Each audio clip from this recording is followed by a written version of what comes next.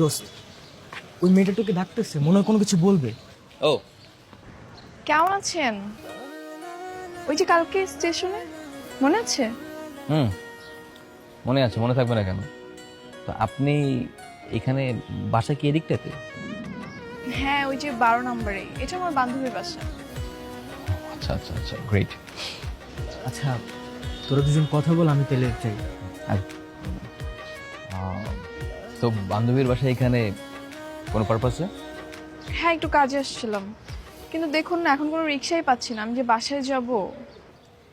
এদিকটাতে রিক্সা পাওয়াটা একটু tough, specially ভর দুপুরে। কজ দিন শেষে তাদেরও তো একটা রেস্টের প্রয়োজন আছে, তাদেরও ক্লান্তি আছে। আপনি চাইলে আমি আপনাকে সঙ্গ দিতে পারি, সমস্যা নেই। আমরা কিছু দূর হাঁটলেই হয়তো রিক্সা পেয়ে যেতে পারি।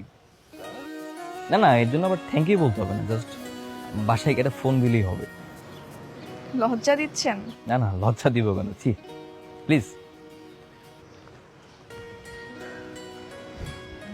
আপনার ওই মা তো। কেমন আছে? ওই তো একটা রিক্সা।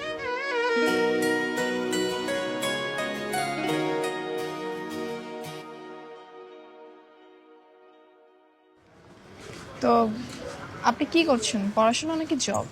না না, এখনো জব করা হবে।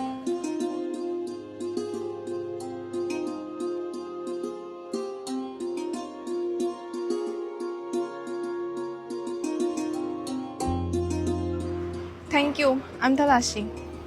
শিট, বাসায় গিয়ে কল পাবার সুযোগটা হাতছাড়া হয়ে গেল। আপনি কি সবসময় সুযোগের সন্ধান খোঁজেন নাকি? সবসময় করি না, যখন নির্দিষ্টভাবে মন থেকে কোনো কিছু চাই সেই সুযোগের অপেক্ষা করি। আমি আসি, বাই। দিদি শুনুন, আঙ্কেল কেমন আছেন? তার কথা জিজ্ঞেস করতে ভুলে গেছি। বাবা ভালো আছে। তিনি কি বাসায় আছেন? বাসায় তো। শিওর, তাহলে তার সাথে দেখা করে যাই। কজ বাসা পর্যন্ত আসলাম, তার সাথে যদি দেখা না করেই যাই, ব্যাপারটা কেমন দেখে না? তার সাথে বরং দেখা করেই তারপর যাই। হ্যাঁ, আসি।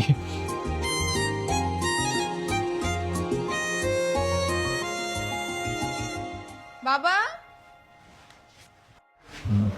বসুন না। শিওর। বাবা কোথায় তুমি? কিরে মা ডাকছিস কে? আসসালামু আলাইকুম। আর ইয়াং ম্যান, হ্যাঁ কি অবস্থা? How are you? I am fine uncle. সিটাও আঙ্কেল, ওনার সাথে রাস্তাতেই দেখা, বাসার নিচ পর্যন্ত যখন চলে এসেছি, ভালো আপনার সঙ্গে দেখা করে যাই।